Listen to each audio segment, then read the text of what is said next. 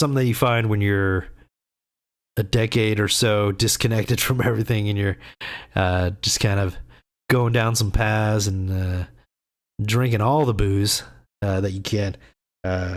You start to think about some things, and one of the things that I, on my way back out into the world, started maybe noticing something. I don't know. I've got a theory going here, and I think there might be something to it. Because when I am able to notice it and move forward, I don't think I've been unsuccessful when I do notice, but it's hard to notice. So, procrastination, right? So what I've found is that, you go online and it's like, I should be doing these things and I'm not, is there something wrong with me? How do I fix this? How do I overcome that? And that's what you find. You go online and you find all this, it's always about how to overcome procrastination, or stop procrastinating. That's the big one, right? There's books, thousands, millions, probably books on this, and I think they're all wrong.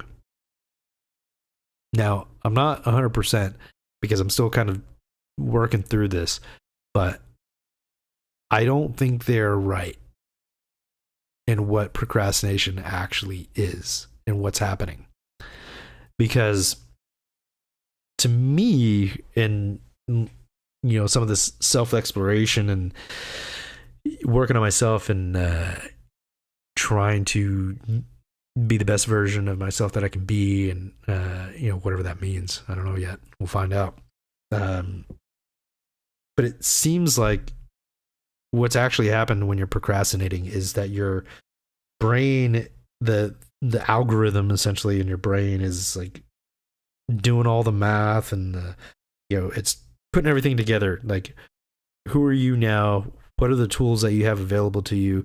What things do you have access to outside of yourself? What are your surroundings like? The people that you interact with, what do you have available? What are you capable of doing at that particular moment in time? What are you willing to do in that particular? I guess that kind of goes into capable, but I think it's two different things: capability versus willingness. So it puts all those things together, and it basically shows you this is the best thing that you can do to move yourself forward.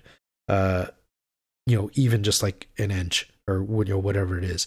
And the reason why I think that's actually what's happening is because when you're in this kind of darkness place and you're trying to figure out how do I take a step out of it, the things that don't come up as far as like when you start thinking, oh, I'm procrastinating on this, I'm a procrastinator, you typically start saying that kind of stuff when it comes to like things that you need to get done, like chores, bills, there's a doctor's appointment or something that you should be making. You haven't been to the dentist in, I don't know, a decade in my case.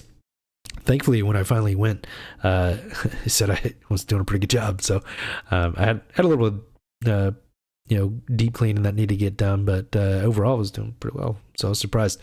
Anyway, but those are the things that tend to pop up. You don't think about the fact that you're procrastinating on things that are just completely out of the realm of you being able to do. You might get sad or envious about other people that are successful or doing things that you wish you were doing, but you're not thinking about that in the procrastination sense, right?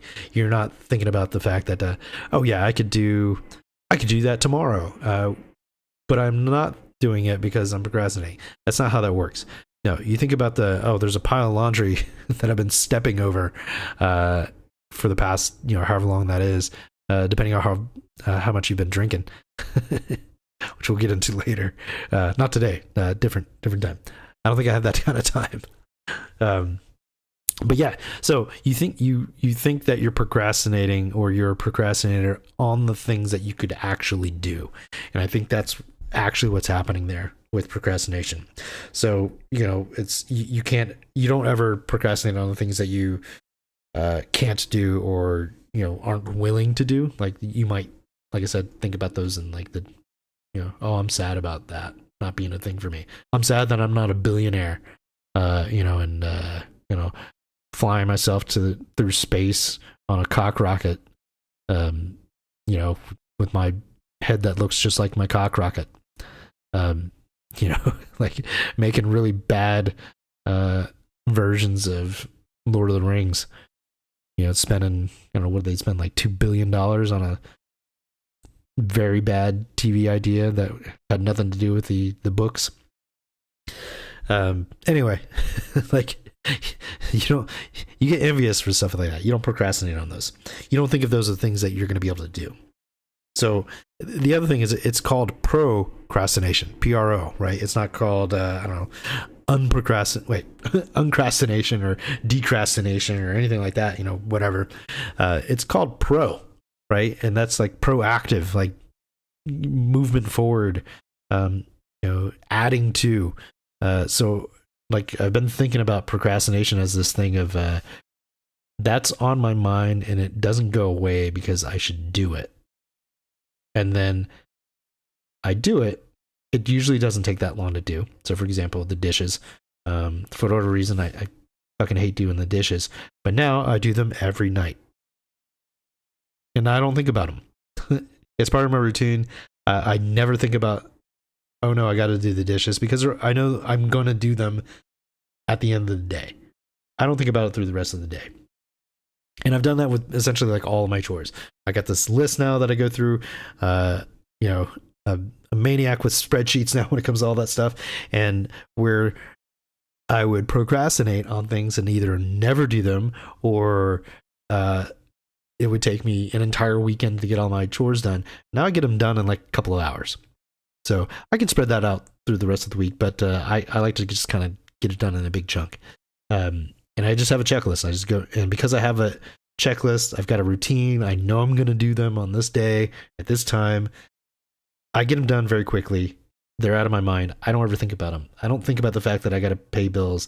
I don't think about the fact that I got to, do my laundry or any of that stuff, because I know that I'm going to do them. So I don't think about them anymore. So that leaves my brain open to procrastination working for me in the correct way that it does, because now it's starting to show me other things that I procrastinate on.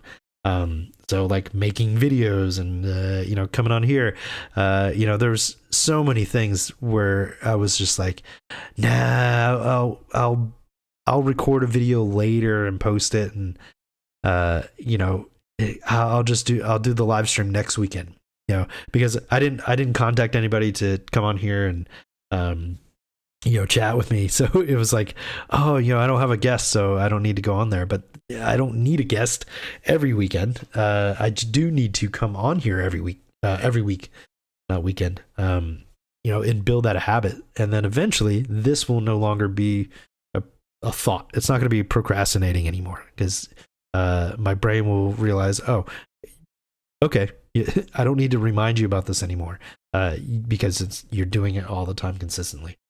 So that's why I came in on here tonight, and fortunately it seems like I did have something to talk about, because I talked about that album for about an hour there, but it also got me thinking about the darkness, right? And getting oneself out of that, and I think that's what bands like The Darkness are for, is they've got a lot of value in just good music, but I think they also have a lot of value in telling great stories and lifting your spirits, making you laugh, and I don't know if you can still be sad while listening to some of the Darkness songs. I think if you were going to listen to what was that, Dinner Lady Arms, or whatever the hell that, I'm not sure what he's talking about. If he's talking about like the flappy arms that older women get or something. But I don't know if you could stay sad. So it's like, I don't know, you know, if being really sad and then somebody farts, like you can't, you might still cry, but you're gonna be laughing, right? But yeah, so I think you know, the world needs bands like The Darkness, people like The Darkness. I think that's a really great thing that we have here, is that they're still around and they're still making high quality music, and they're still very much The Darkness, and I'm grateful for that. And that kind of, you know, kind of what I would like to do through this channel and the Hard on Reviews channel. You know, I take it very seriously. That's why it takes me so long to write a script and get the videos out on the other channel, because I want them to be good. I may be perfectionist there, but I know when it's time to stop and post it, which I think is maybe a difficult thing for a lot of people. It was definitely a difficult thing for me in the past with basically everything I ever did was not pulling the trigger. Because I don't think that's necessarily right, because I feel like pulling the trigger is getting started. It's the, you know what it is?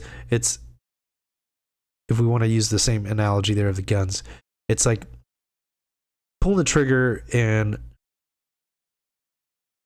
following the kill and making sure that you got it, you know, taking it back to the camp, skinning it, putting it over the fire, cooking it and eating it. Like, I think that last part of, like, you know, making a meal out of it and actually enjoying the meal, I think that's really the thing that people are missing. I don't think people have as much trouble pulling the trigger as they do eating their meal.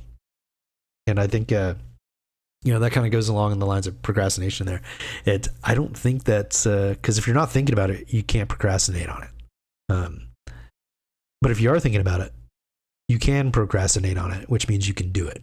And I think you should. I think if something's coming up there top of mind, that's the thing you should do as soon as possible. Get it out of your head, so your brain can work its magic and get the next good thing for you in there. Yeah, you just got to keep doing it.